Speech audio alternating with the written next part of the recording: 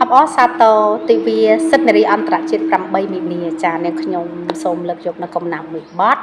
ដើម្បីយកមកសូត្រចែកជូនទៅដល់ពុកម៉ែបងប្អូនអ៊ំពូមីងទាំងប្រុសទាំងស្រីស្ដាប់កំសាន្តចា៎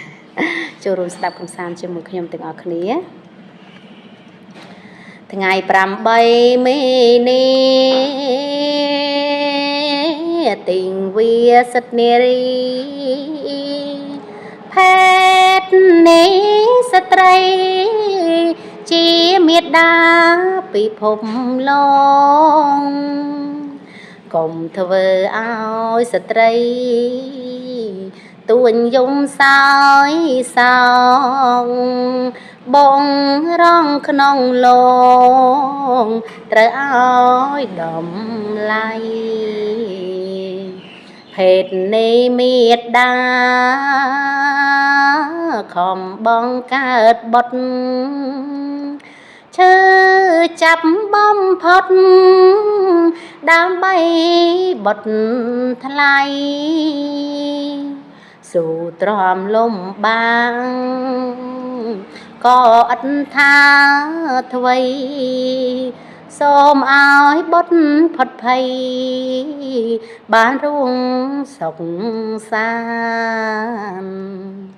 ការងារក្នុងក្រៅធ្វើឥតទំនេរគ្មានចិត្តកិច្ចការ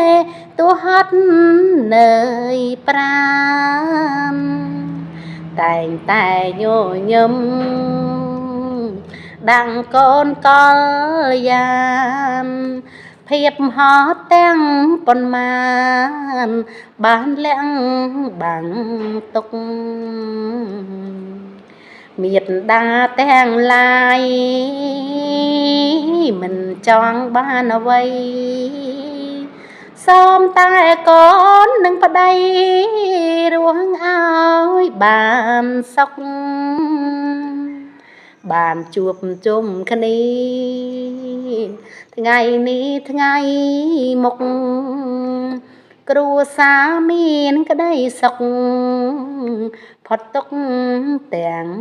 ឡាយចានៅក្នុង